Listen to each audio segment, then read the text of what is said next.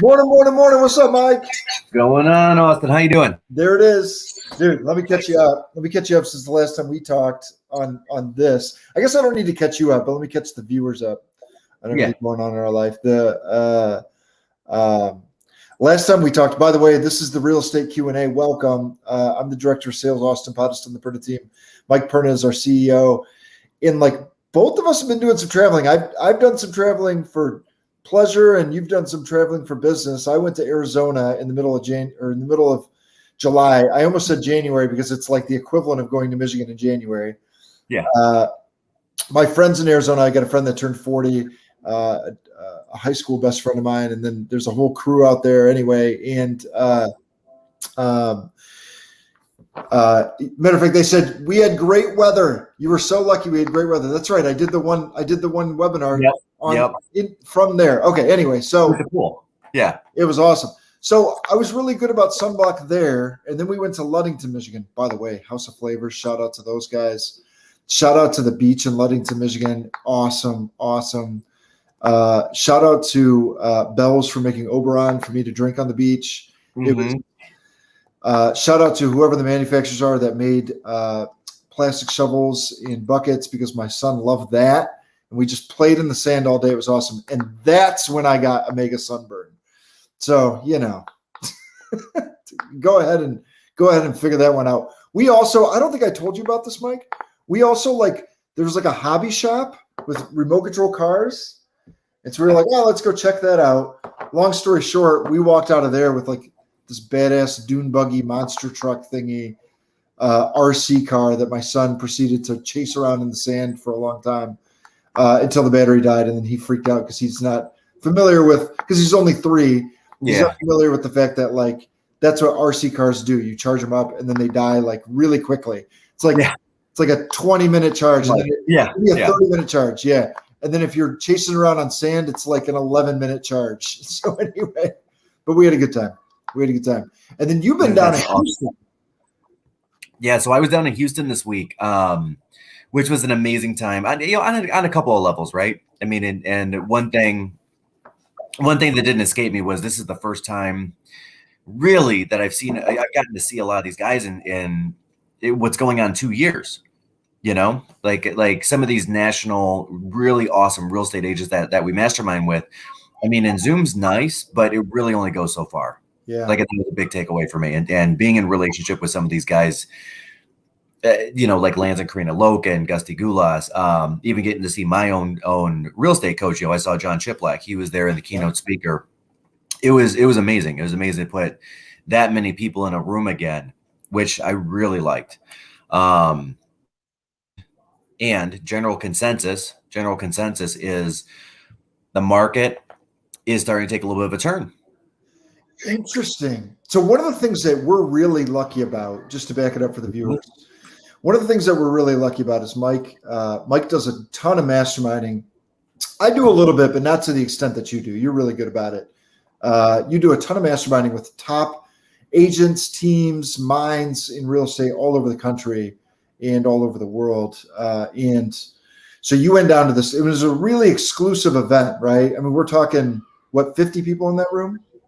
It ended up being about 75. There were 75. Okay. Yeah, it was really cool. Really exclusive event. Like they were top teams all over the world. Teams that now we kind of gave ourselves a shout out 2 weeks ago. We made front page of Keller Williams, which is like top 20 out of 185,000 agents. So we're really excited about that in a couple of categories. And then there was a couple of categories where we were first on the second page or second on the second page. But anyway, so we're really fortunate that you get to mastermind with people. And so you can get a general pulse of not only what's working, best practices, and bring it to us so that we could service our clients better and service those families better. But you also can get a broader picture of what's going on in the market, right? Yep.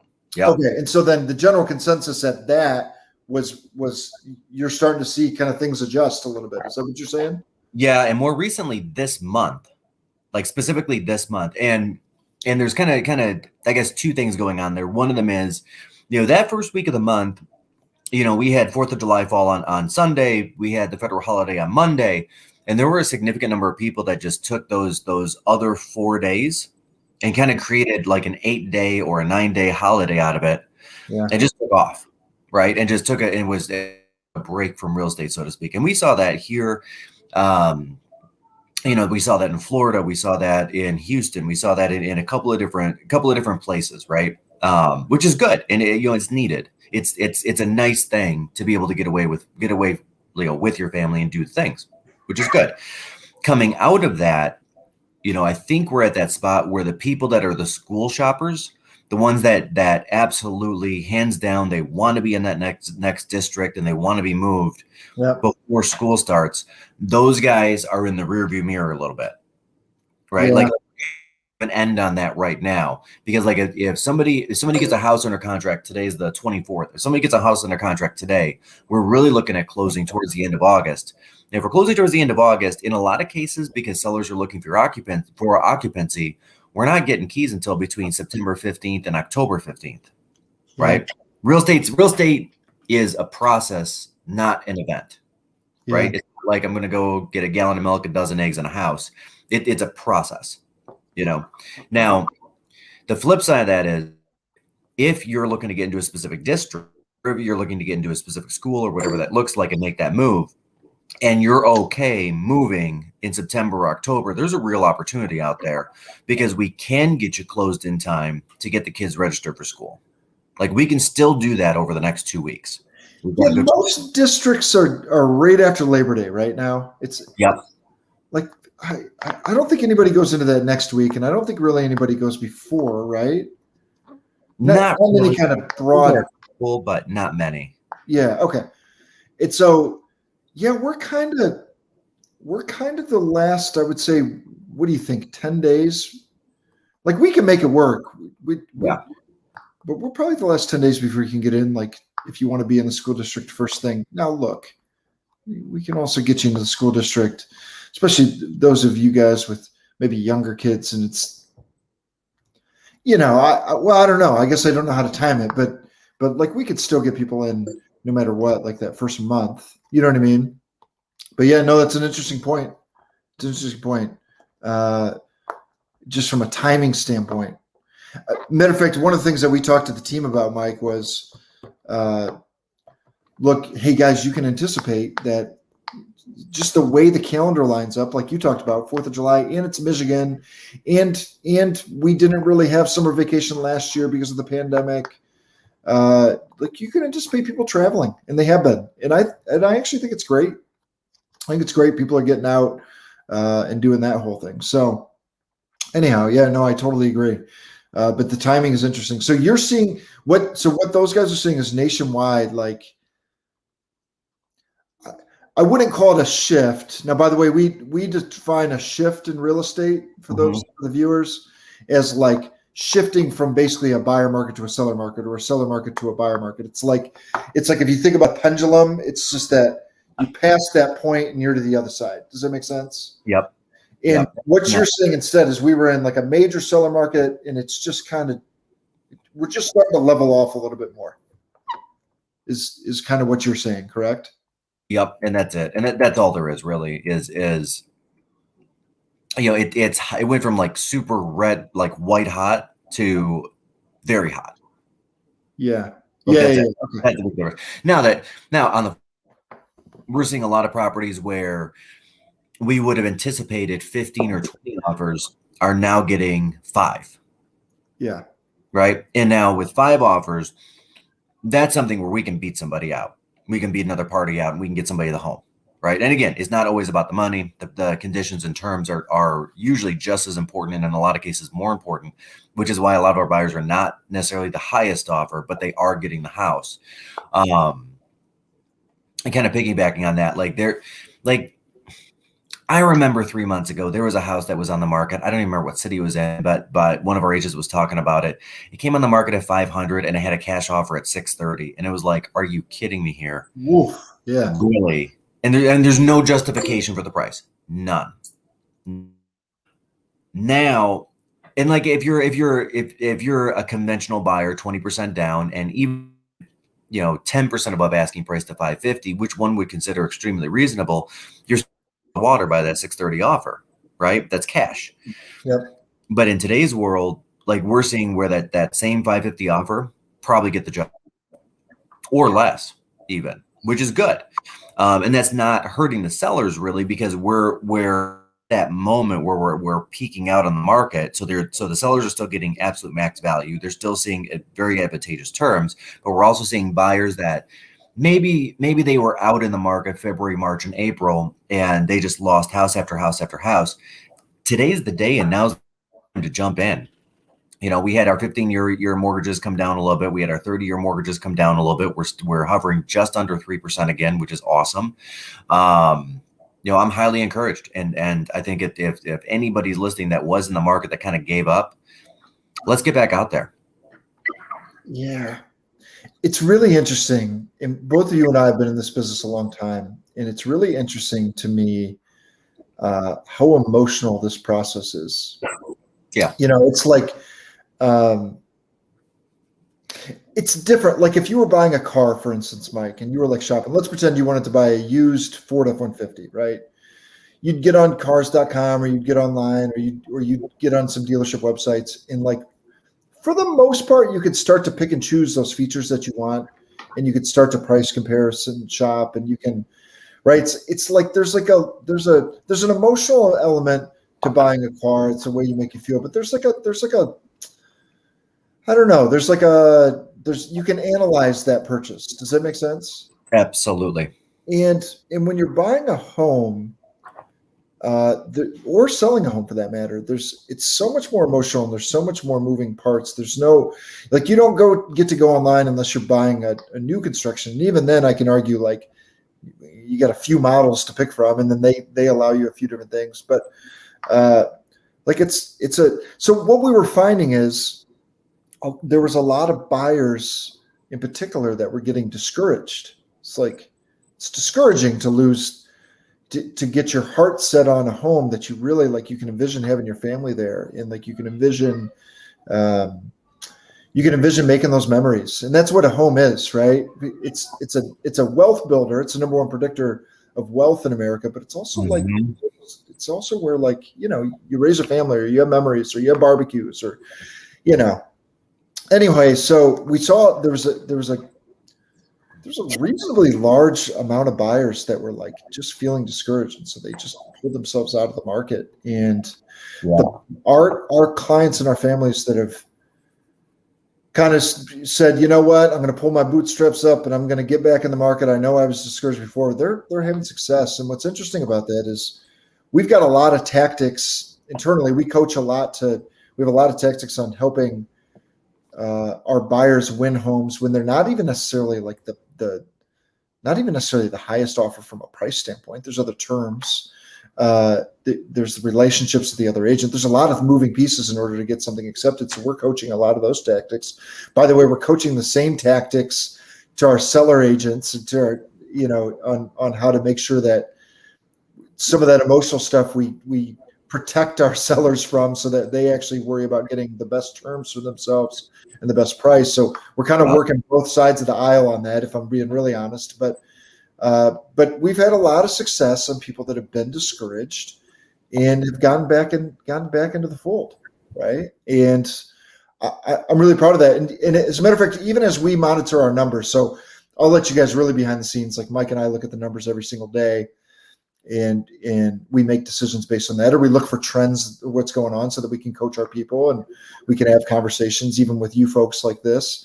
And we look at our numbers every day. And so like our numbers were like at the beginning of the month kind of dragging, and then off like a rocket. And it's off like a rocket. Yeah.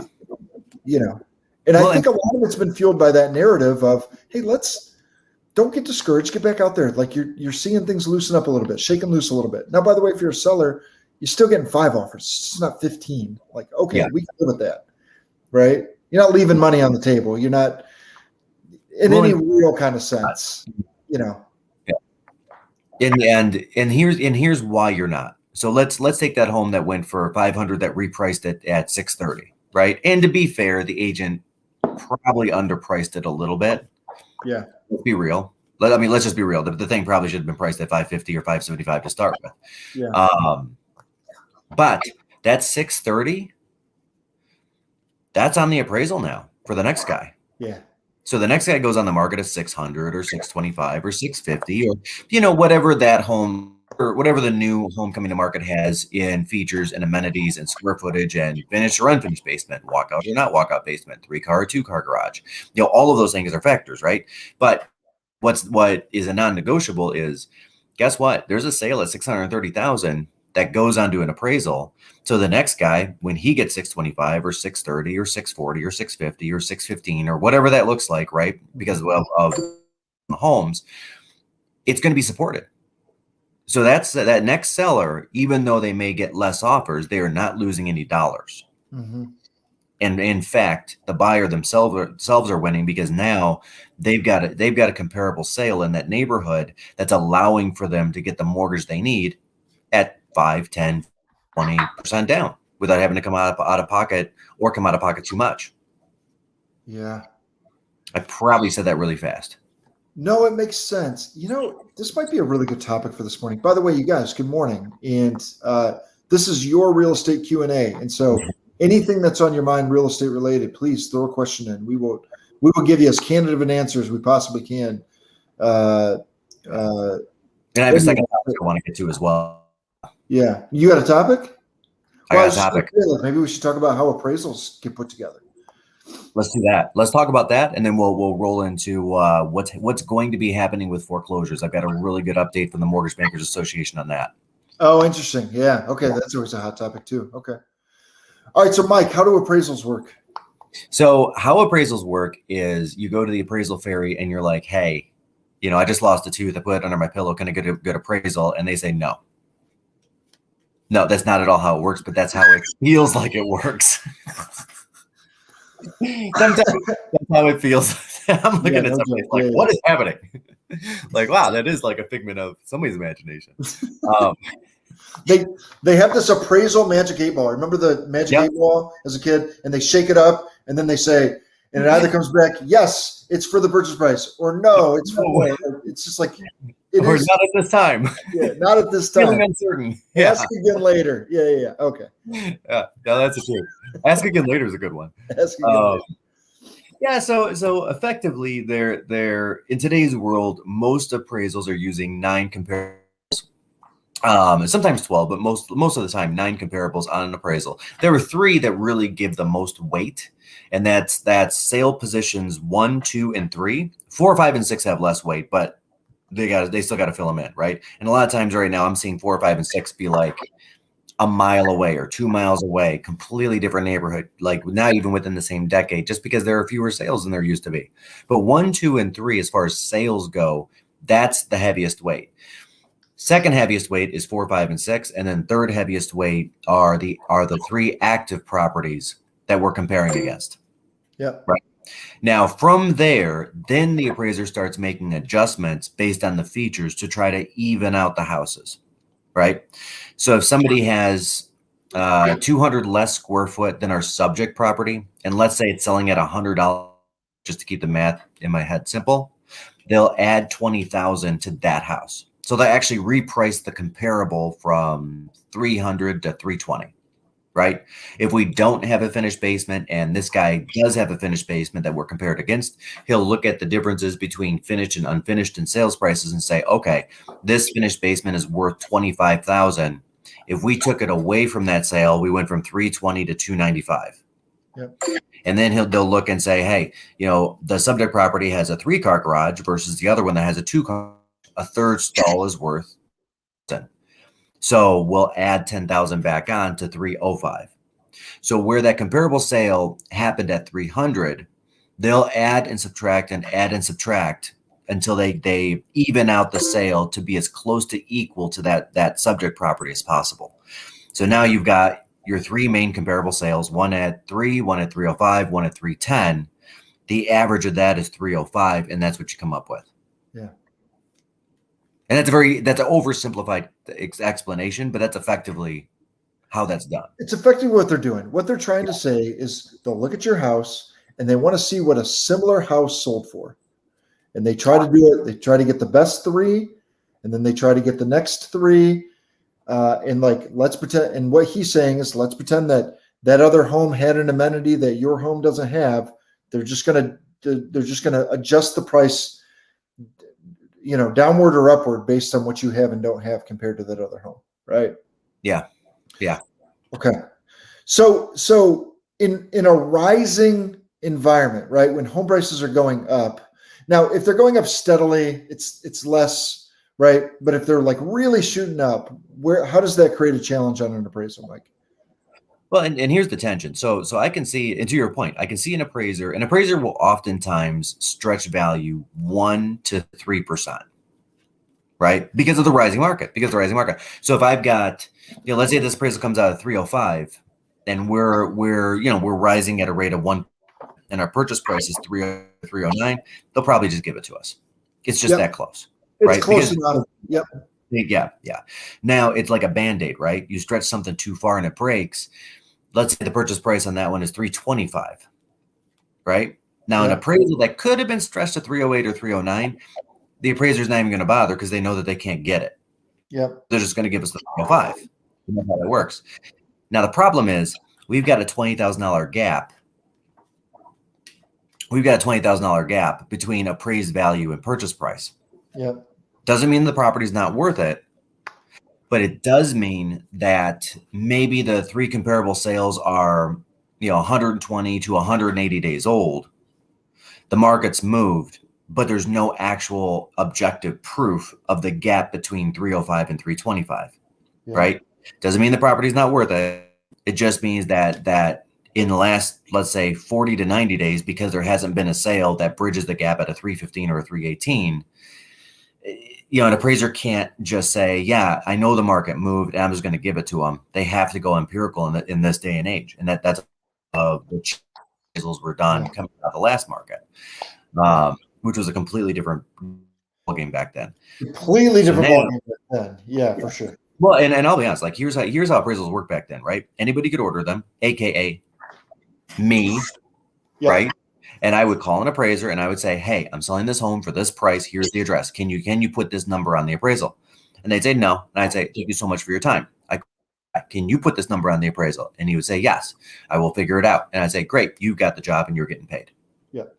Like literally, that's how appraisals were done. Literally. It sounds horrible and it sounds bad, but it was completely ethical and legal at that time, right? And when we're working for the seller, I've got an ethical to that seller to do everything I can to get as many dollars out of that appraiser as I can, right? Yep. So I was following my fiduciary responsibility to the seller. In today's world, the appraiser are round robin, right? They're not even picked by the lender at this point, right? They go into a pool and then they get random assignment and then they get checked by another third party that has 3 people look over that appraisal to make sure there wasn't any impropriety. Now, if there are even questions about the appraisal, like, hey man, I see that you marked our house as a 2-car garage and it's actually a 3-car, could you give us an adjustment for that value that you missed? That actually has to go into the system and the question itself has to be reviewed before it goes to the appraiser. Yeah. Right. These are all good things.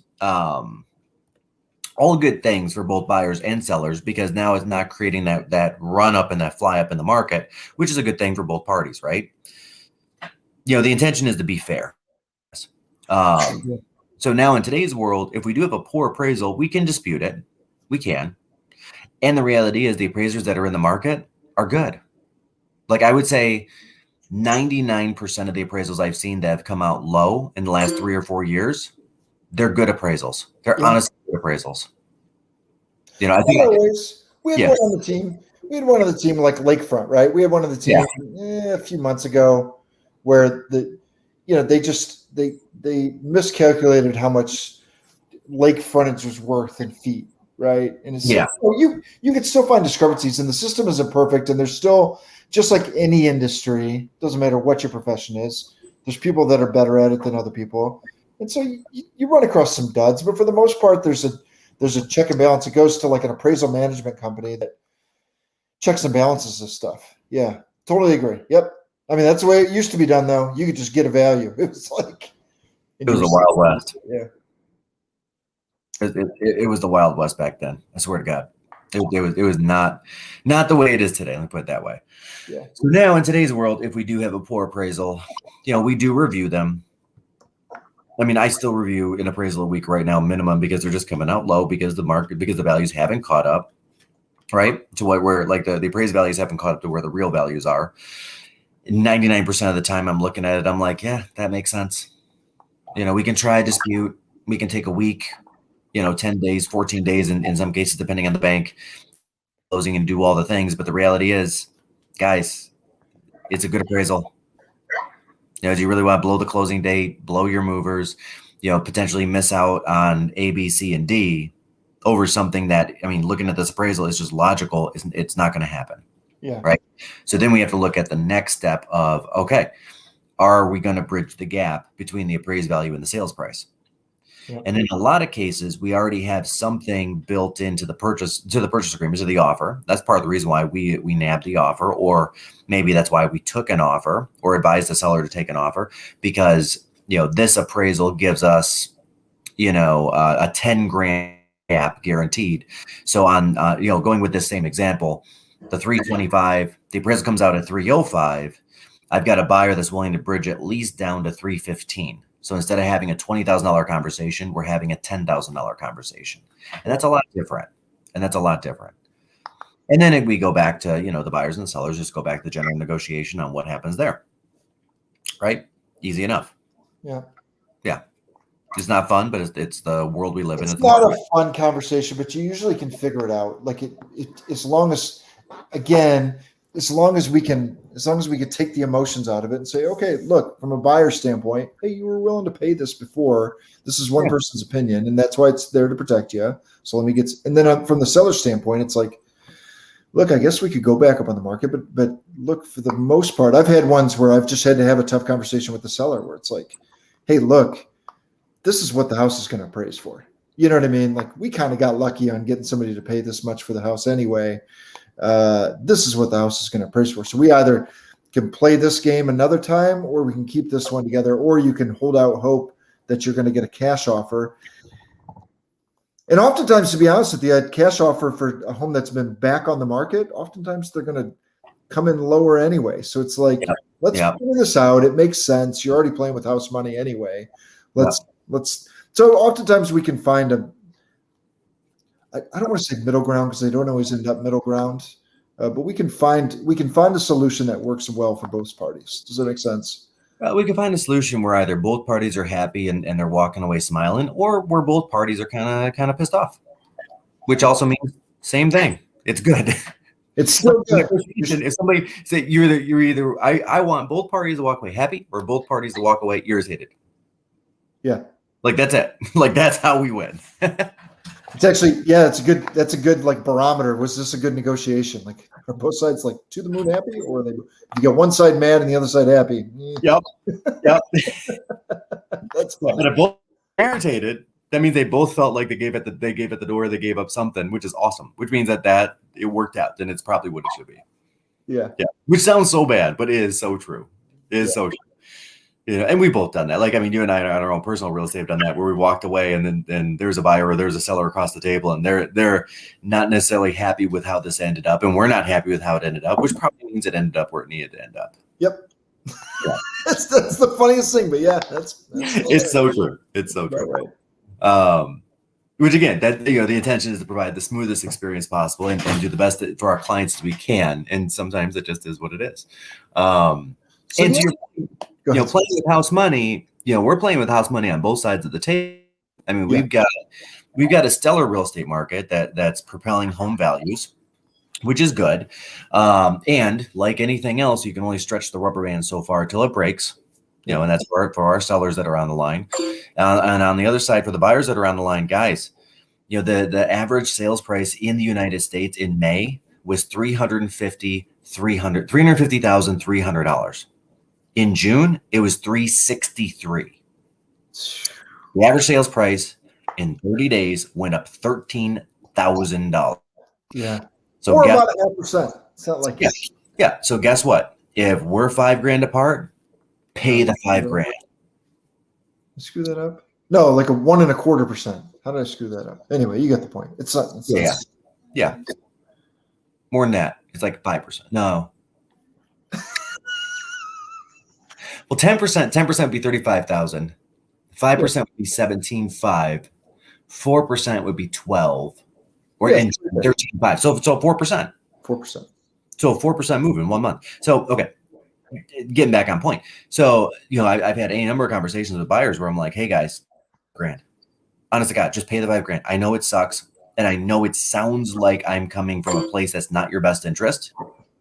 But again, home values went up across the nation $13,000 in 1 month. Yeah. So instead of making 13, Mr. Buyer, you made it's still a good day. Still a good day. Yep. And then next month, make the 13. Yeah. By the way, before I hopped on, I was reading this, I was reading one of those funny Facebook things. Yeah, that come floating across. It was like the Hawaiian way of life. And one of the things on it, it gave all these like life advice things. Like, and one of the things was, there was some funny ones.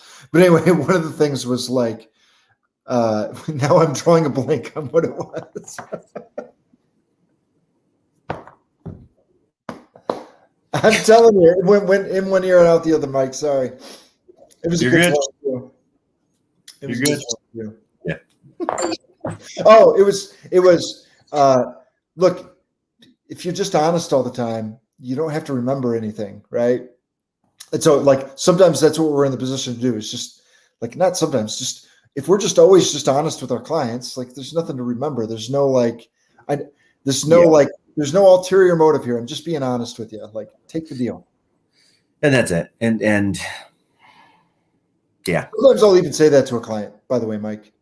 I'll say, hey, can I be like really honest with you right now? And they'll say, sure. And I say, and I'm not saying this for any other reason other than like, if this were me and what I would do, and it's still your choice, but if this were me in my position, I would take this and I'd run and not think twice about it. Yeah. Anyhow. I've done that before. And to be fair, I've also done the opposite, where I've said to people, hey guys, we're beyond our scope. We need to just go buy another house. Yeah. We're beyond where we should be. Let's go buy another buyer. Yeah. Yep. Now we did that where I was up in one of our agents with a inspection negotiation. And just to be fair, the buyer was being unreasonable. And so I called the other agent and I said, hey, it looks like on the issues on the report and what you're asking for, it feels like your buyer's just looking for a way out. Yeah. So we're just going to go ahead and give that to them. They can leave. Yeah. No. They don't want the way out. I'm like, are you sure? Because downspout extensions are not $3,000. Yeah. Yeah. We'll give you the way out. Yeah. Yeah. So we'll let you out. That's cool. And I'll just take that home inspection. Actually, this is exactly what I did. I took the home inspection. I went and shopped it to 3 other buyers, to the other 3 offers that were there. And they didn't have issues with that stuff because they were all minor honey-do list items. Yeah. Yeah. And that's okay too. And there's nothing wrong with that either. Yeah. So this is a question. One of our agents posted, how do you predict an appraisal to better guide our clients? So what we're doing in that scenario, you guys, is look, we're going to pull comparables and we're going to see what's active, pending, and sold in the area and have a conversation with our clients. And to be honest with you, we're not appraisers and we're not professional appraisers. So like, I don't know what the exact number is, but as long as it's within like a 10% number, Mike. Yeah. Like then we're probably okay. And what that might mean is like, you might be paying $350 for a home and the best comparables I can find are like $335. And it's like, okay, we're well within 10% here. Let's see what the appraiser says. Yeah. And let's see what happens. In another way, I might have that conversation with somebody, and I know your intent isn't to overpay, and I would never want you to overpay. So we've at this point seen 10 homes, and this is your favorite. Is there any reason to believe that there's going to be something you like better at a cheaper price?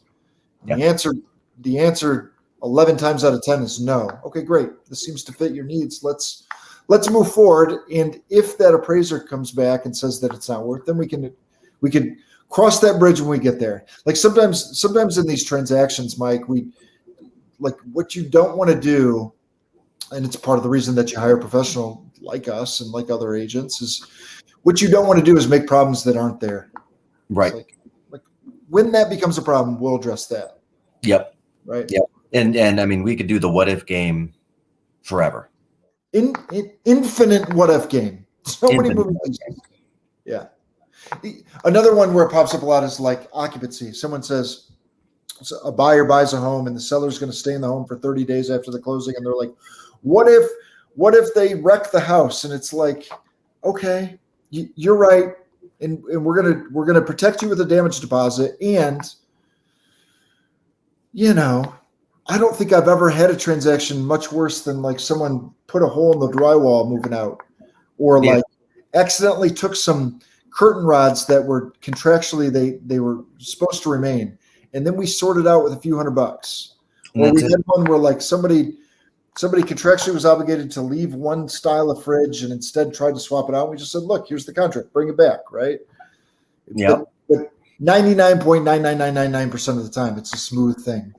And that's it. And that's exactly right. And I've got one going right now where a seller had taken a mirror that was attached to the wall and they shouldn't have taken it, and they wrote a check for $250. Done. Hey, sorry about that. More than the price of the mirror. I looked online. I went to Wayfair and I'm like, okay, these mirrors are $100. Yeah. So the buyer actually technically won because now they get what they want and they get to take their kids to the movies. Yeah. It's like a lot of movies. Yeah, it's a lot of movies. They could almost take their kids to like a Tiger game. Yeah. Maybe not great seats. Maybe you're not getting cotton candy, but a Tiger game. Yeah. And I think the key is with all this stuff is, just take deep breaths. Like, don't worry about it until it actually happens. Yeah. And then when it happens, come up with a plan and stick to the plan. Yeah. And that's it. Yep. Yeah. I mean, and that's probably a decent life hack as well. Because as humans, we have a natural proclivity to worry about all the things in the world. And the reality is only 1% of those things ever actually happen to us. Yeah. Yeah. I mean, it not to go to a dark place, but every single time we get into the car, we could get into a car accident. Yeah. Every time. But does that stop us from driving to the store to go get eggs and milk for our family? No. Right? Something bad could happen in a real estate transaction. In fact, I will go the other way with it. The real estate transaction will not be 100% peachy keen. It won't. Well, it's houses and it's people, and it's houses that are built by people, maintained by people, right? There's a lot wrong there. There just is. I'd wager a guess that in every single real estate transaction, period, in the history of ever, there has been something wrong every time. Every single time, there's something. Yep. And at the same time, 5.8 million people sold and bought a house. Yep. Well, 5.8 million homes were sold and bought. Yeah. It's kind of the reason why there's no substitute for experience. Mike, I ran into this with my health a few years ago. Like I had this, I just, and I think it was just extreme dehydration or something, but I had fuzzy vision. So I went to the ER and they checked it out. Right. And then I went to my doctor, my primary care, and I was like, and I went on the internet. I went on WebMD and I'm looking at all the stuff that it could have been.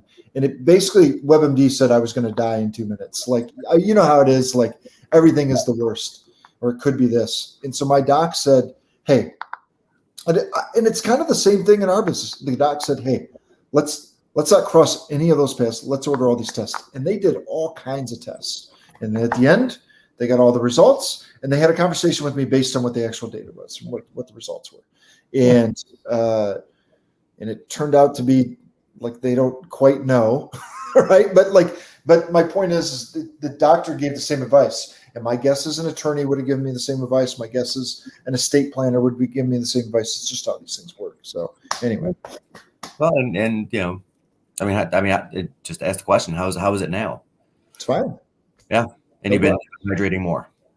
And I've been hydrating better. Well, it turns out we're 65% water. So let's do a little more of that. Maybe we'll be healthier just overall. And I am the guy with the coffee cup that. Well, hold on though. There's water in coffee. It's what that's like that's my saying. And there is water in coffee. No, there is water in coffee. And I think that's a common myth is like that it actually dehydrates you. It doesn't. That is a myth, it is a myth. You can Google it. It's there. Any number of medical websites will show you that water and coffee is still water. Yeah. Yeah. And caffeine as much as people used to as much as it used to think, as much as people used to think. Yeah, there's what. Yeah, it just makes you pee a little bit more. That's okay. Well, that's all right. Just drink more coffee. More coffee. Yeah. Ronnie, right? Am I right? There's water and coffee. Yeah, when you're right, you're right. Right now, you're right. Oh, that's good. True story. Foreclosures. Yeah. I didn't want to get off that point. Let me just double check. So it's not necessarily. So yeah, some of the appraisals are to an extent influencing the prices of the future, to some extent, but really it's the meeting of the minds between the buyer and the seller and what they're willing to pay versus what they're willing to sell for. That's really the driver of real estate prices. Actually, and I'll put a pin in it too. Like the Yeah. challenge in a rising home price environment is you have to have homes actually sold. So like the home that went under contract today doesn't show up as a comparable until oftentimes another 45 or 60 days. Yep. So like you're always kind of playing from behind. That's why even when we pull comparables in an environment where home prices are going up, again, it might show that the homes are only worth, based on these other sales, 335, but the reality is that it's probably worth 350, 360 because home prices have gone up, right? And so, anyhow. Foreclosures. Yeah, and then on predicting an appraisal, just want to put a fine point on that one. I don't do that. I just don't. I just stay off that rock. I don't ever want to give somebody a guess on something that's not my job. Yeah. And that's not to be offensive. I just don't want to comment. Like I'll say, hey, looking at the data in the neighborhood, this is sale A, sale B, sale 3. This is the methodology appraisers are using. You can come up with a number based on that yourself, Mr. Buyer. Yeah. I just give them the data. In early in my career, in both ways, I've been so far off. Like a home, oh my gosh, yes, way overpraised and way underpraised. It's like I like. So yeah, right, dude, I'm right there with you. So foreclosures. Now this is super interesting to me. So one of the agents that was there, Jennifer Young, she had gone to the Mortgage Bankers Association conference directly before coming to ours, and she provided a really cool update on what's going on in the mortgage land. Not mortgages, but mortgages that we have. Okay. So right now we're at a 6.3% delinquency rate on all mortgages across the U.S. Now, what that means is the definition of delinquency that they're using is 90 days plus behind or in some sort of forbearance. Okay. So delayed payments or 90 days behind. Yep. Okay. Now, the other actually kind of shocker is 14% of all FHA mortgages are either delinquent or forbearance. And that's a big number. That's a big number. That's a bigger number than we had. The 2008-9 recessions, we only got to around 6% total across all mortgages, period. And to see 14% of FHA is a big number. Now, here's what's really interesting about this. Premier Asset Services, which is owned by Wells Fargo, they were at that conference. They are the biggest holder of loans, or the biggest servicer of loans in the United States. Yep. Right? So they're servicing 1 in 8 loans in the U.S. right now. Right? They've already hired several hundred people into their loss mitigation department. This has already happened because the federal mandate to not foreclose ends this month. So just want to make sure that that's a known thing. And here's where the nervousness is coming from and the issues are coming from, right?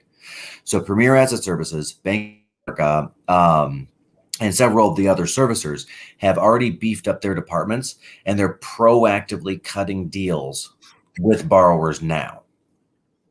Oh, okay. So it's interesting to me. So like the government. So in the last down market, we saw the government wait almost a full 2 years into the down market before they started doing anything.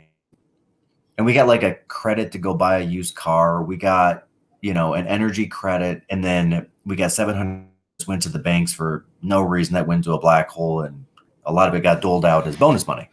Like, this is what we saw back then. In today's world, pandemic hit, our government reacted in 30 days, right? To try to keep the economy going. It was fast. It was super fast. Yeah. And then it kept going and reacting and putting more money out there and doing whatever they could to keep the economy pumping.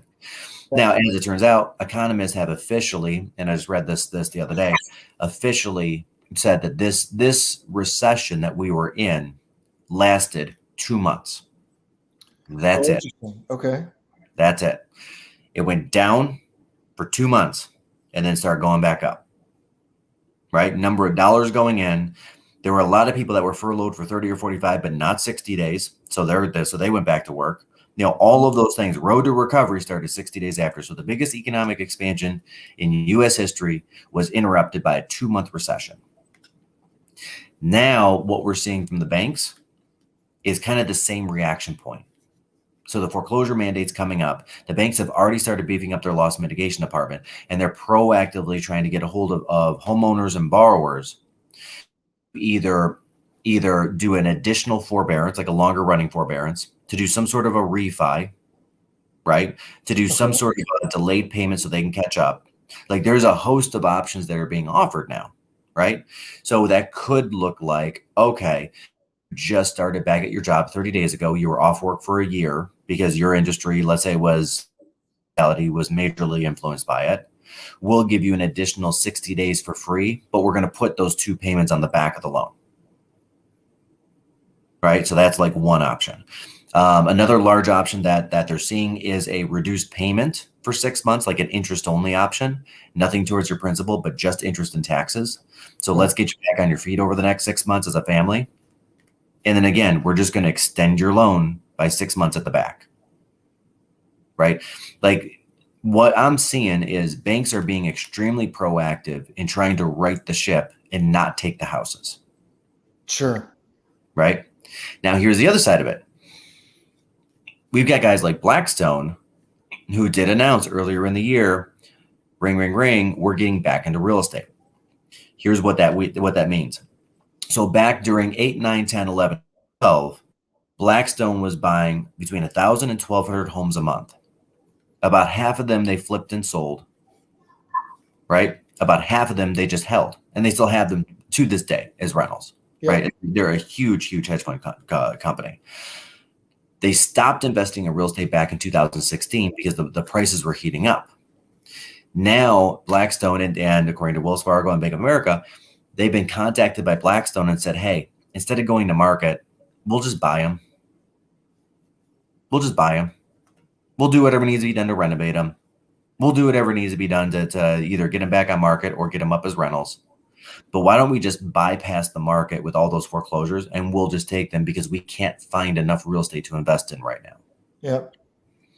So even if we get all the way down the line, and here's the thought, about 1 in 4 or 1 in 5 of those guys that are in some sort of a foreclosure situation will resist loss mitigation and eventually just get kicked out. Those are just going to be sold in the secondary market to one of the larger real estate houses, and we'll never actually see them as consumers. Yep. Right. So it's really interesting to me that like there are a lot of people and a lot of buyers that have been kind of waiting and saying, okay, this is going to be so cool, because the foreclosure will come to market. It's going to happen, blah, blah, blah, pandemic. And there are already 2 plans in place to ensure that they never see the light of day, that consumers like us never actually get to see them. So even if there is an uptick, which there's no real data that suggests there's going to be a huge uptick. Yep. So you can make some arguments around the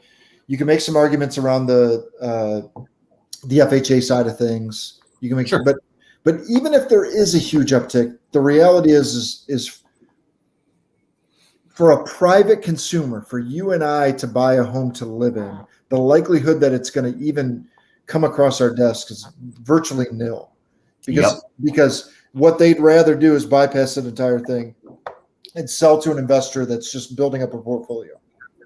And even if it did come to market, there's a bunch of private small investors, I would assume, that would just rather just write the check. They're just standing there right now with cash ready to rock. As a matter of fact, one of the things you and I talked about was some different products that are available to investors to get cash quickly. So we're technically borrowing the home against another property of ours, but when we walk to write an offer, it's considered a cash offer because we're just like, look, here's the check, right? We have a checkbook ready to go. Yep. And so for a private buyer, you you barely have a chance if you're a cash buyer, and you really don't have a chance if you're a mortgage buyer. And the likelihood is that you're never even going to see it in the first place because it's going to hit the investor. That's what you're saying? That's what's going on in the world today. And even as an investor, I'm not going to have the option. I'm not big enough. I mean, I'm not a Warren Buffett over here. Like, I would like to add another house to my rental portfolio, but I'm talking about a. So what we will see is, like, let's take Dearborn Federal Credit Union, right? Yeah. Big credit union in the area, very well known. They do a great job. And the reality is they're going to have 10 to 12 homes come to market over the next 12 months. That's it. That's it. And they might slide under the radar. They probably will slide under the radar of, something like a Blackstone, because they're just like small. Like Lake Michigan Federal Credit Union. Okay, so they'll have maybe 6 homes come to market. Yeah. Guys, these are not enough properties coming to market to even provide relief to the current situation. It's not even close. Don't have enough homes to be able to change it. And this is a great question, actually. Yeah. Do you think that's effectively a permanent shift in foreclosures in general, no longer be entering the market and will always be handled by bigger players and mitigation efforts? Honestly, I think a lot of them will. Because, the buyers are there. We've got, not in Michigan, but in other states, we've got companies like Open Door and OfferPad and Knock, and they're already offering within 3 or 4% of real value to sellers. So, like, if your home, let's take Open Door. If your home's worth $300,000, Open Door will write you a check today for $285,000. Yeah. Right? Just because there's not enough homes, even for the investors. Like, they're going to the private market right now. So yes, I think that shift. I think Premier Asset Services and those guys, as long as they get enough money out of them, more than happy to bypass the deal with any of that stuff. I think it would take a large policy shift for this not to happen. And can I dive a little deeper into that? Yeah, please. Our legal system, you guys, gives us a giant advantage. And let me tell you why. If you make the decision to buy a home, you can trust the fact that you are going to own that home. Yes. And I know that sounds crazy to say out loud, but if you live not anywhere else in the world, but if you live in 80% of the rest of the world, that is not the case. Yeah. I take China. Let's talk about that. Yep. This is what this looks like, right? So China just deployed the fastest train. It's a magnetic train. It goes 373 miles an hour. You can, if it were here in the United States, you can get from New York to Chicago in just over 2 hours, right? Yeah. Which is awesome. Here's how they got it. I know, right? Wow. Here's how they got that done. They went to all the people that own the land between those 2 points and said, okay, get off your land. Yeah. And that's why here in the United States, we have a bullet train in California. And in 20 years, we've gone 2 miles. Yeah. We can do that here in America, for the record, by the way, too. Like, we could go in and say, look, eminent domain, we could take and build a high school here or whatever like that. But they have to pay you a fair price for that property. And in other countries, they could just take the land. Yeah, they have to pay you a fair price, and then they also have to prove that there's nowhere else to put that. Yeah, it become easy for freeways, but hard for schools. By the way, that's one example of a million bazillion examples. And the truth of the matter is when you look at the American real estate, it is about as stable of an investment as you can find anywhere in the world on anything. And so what you're going to find is, and this is why these large companies are doing this right now, and this is why you hear about investors coming in from China and buying up stuff and the whole thing. By the way, they've already done it to Toronto and Vancouver and a lot of the Canadian cities. And by the way, the Canadian cities have even more restrictive laws on this than we do. And so the reality is that our legal system in general, when you purchase something, gives you a huge advantage that you don't even realize. And so the investor thing is never going away, in my opinion, without a mega policy change coming from the government, which by the way, might have to happen at some point. I mean, we're not to the point where it needs to happen right now. There's not a large enough percentage of our properties being built are being bought up by investors. Certainly they're not. Certainly the government isn't going to stand by and allow all investors to own everything and turn us all into renters and to turn everything into serfdom, right? But the at least in my opinion, but like they'll step in. But I don't think this is going anywhere. No, I don't think it is either. And I think we're in that spot where the tough non-love, going back to the second part of the question, tough non-love of the 2006, 7, 8, and before markets of, oh, you didn't make a payment? Too bad, man. We got nothing for you. Yeah. Here's the answer. Make a payment. Like, I think that's gone. Yeah. We're in the space of time where banks look at this and say, okay, let's provide some options. You are out of work for 6 months. I get it. I understand. There was a pandemic. So how long will it take you to get on your feet? 90 days. Awesome. Could you do a half payment for those 90 days, and then we can tack it on to each payment for the months? Great. Yeah. Awesome. Here's your loan redo. Here's your loan modification. Yeah. But that's the kind of stuff we're seeing right now, which is way different than 2007, 8, 9.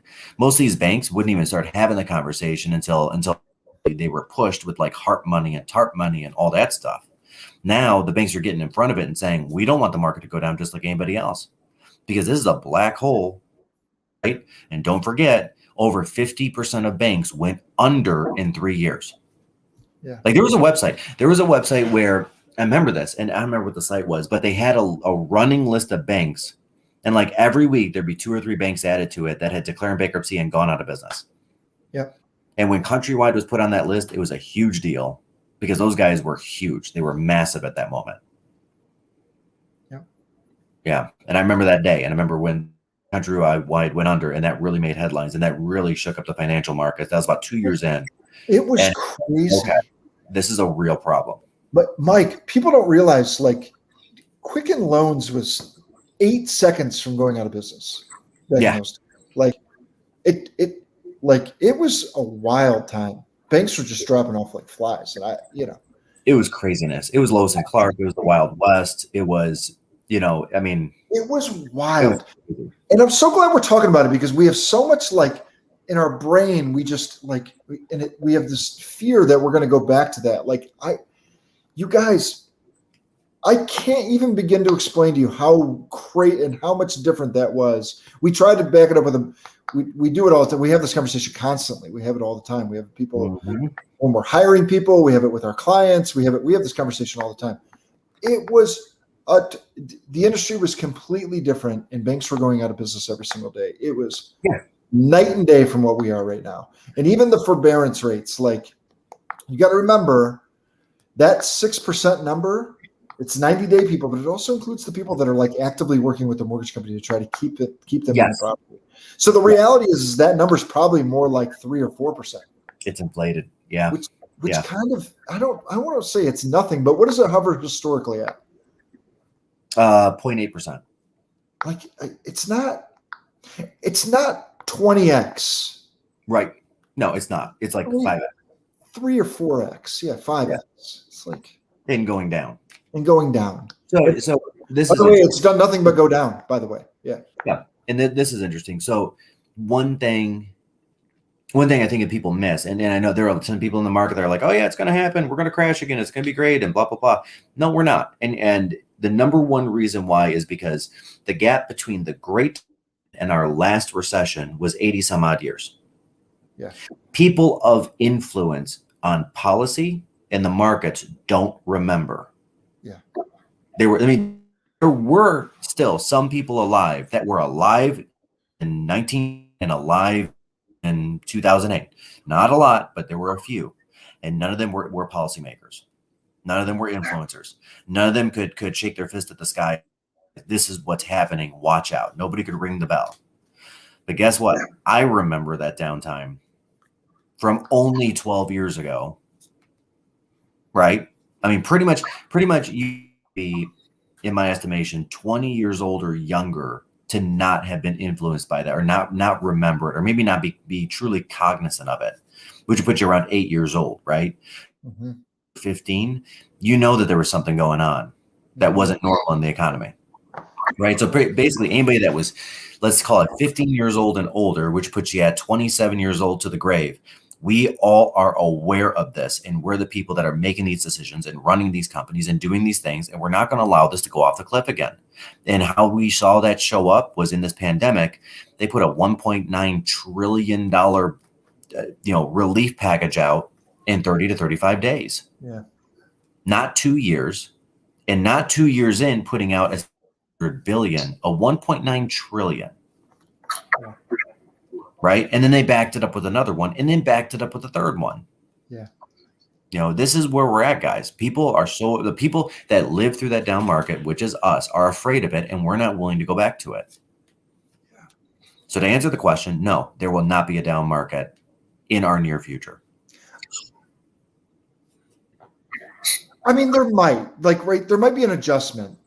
There might be an adjustment, like a 10% adjustment in the market. You guys, a 10% adjustment happens approximately 1 3/4 every 1.5 years in the stock market. Yeah. It's like a 10% adjustment every 10 years it's not a reason to run for the hills.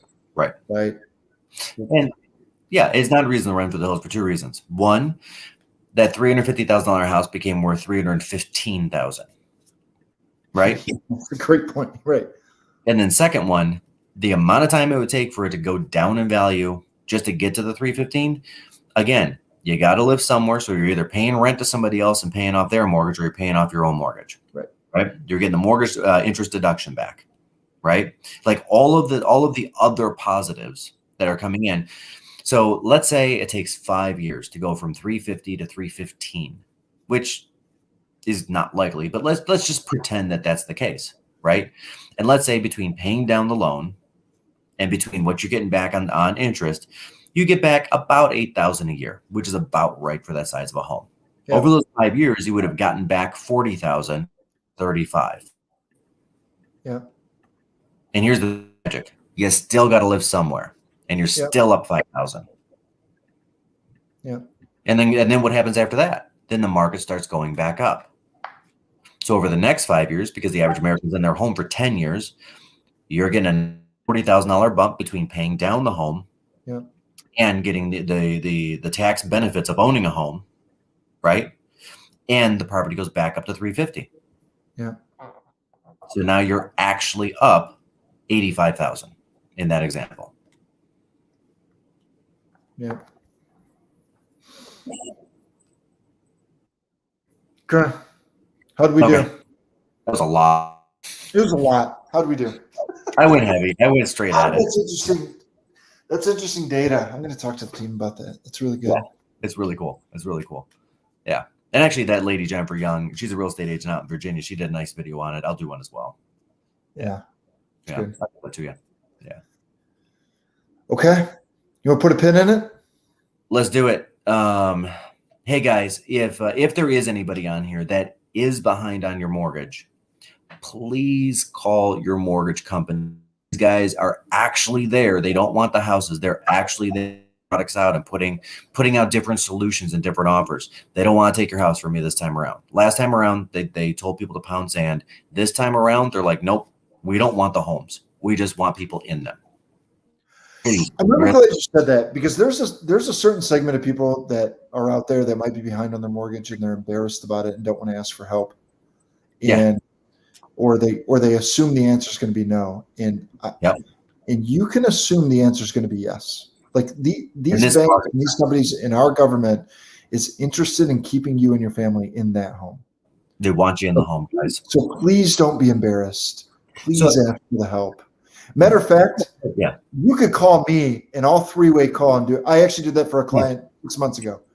Like we were sitting there at the kitchen table and they were thinking about selling their home and they didn't know any of the information because they were so embarrassed. And I said, cool, let's get them on the phone and let's figure it out.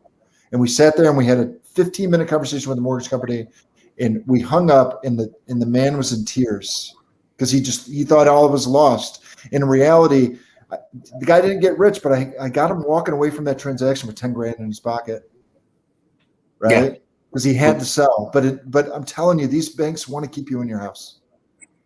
They really do, guys. They really do. And truthfully, if it's a knowledge gap, call one of us.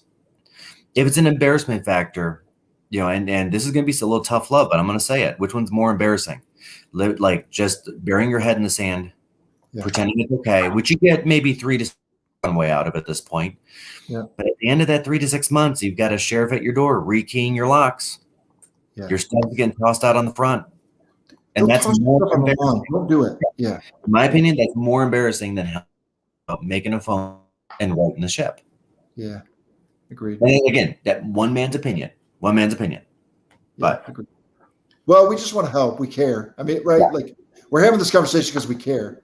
Yeah. You know? Anyhow. All right, let's get out of here, Mike. Good Let's job do by it. you. Good job by you too. Thanks, Austin. All right, see you guys. We're hopping.